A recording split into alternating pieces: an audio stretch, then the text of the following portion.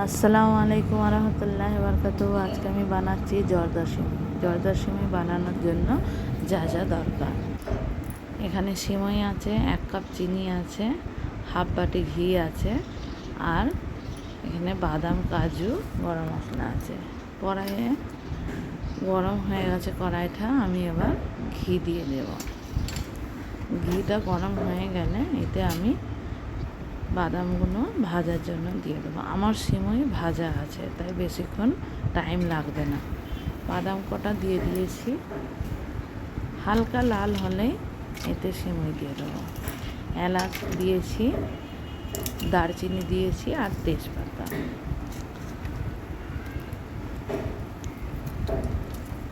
এবার ভালো করে একটু নাড়তে হবে।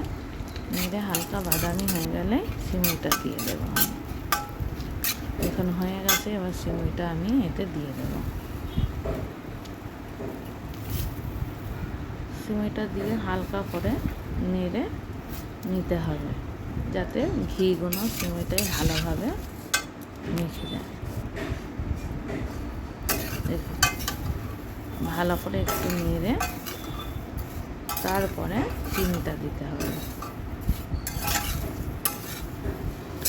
আমার এখানে সিমইটা নাড়া হয়ে গেছে, আমি 1 কাপ চিনি দিয়ে দিয়েছি, আরও একটু সামান্য দিয়েছি।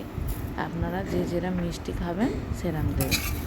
চিনিটা নাড়া হয়ে গেলে তারপরে অল্প করে পানি দিতে হবে। পানি বেশি হয়ে গেলে সিমইটা ভালো হবে না। সামান্য পানি দিয়েছি, দিয়ে একটু নেড়ে এটিকে ঢাকা দিয়ে রেখে দিতে হবে। দেখুন, এরকম হয়ে যাবে। এটা ঢাকা দিয়ে রেখে দিলাম। দেখুন, কিছুক্ষণ পর আমার সিমই পুরো রেডি হয়ে গেছে, পুরো ঝরঝরে হয়েছে। কেমন হয়েছে একটু জানাবেন আমাকে। ভালো লাগলে একটি লাইক, কমেন্ট আর শেয়ার করে দেবেন। আমার জর্দা সিমই রেডি। কে কে খাবেন আমাকে কমেন্ট করে জানাবেন।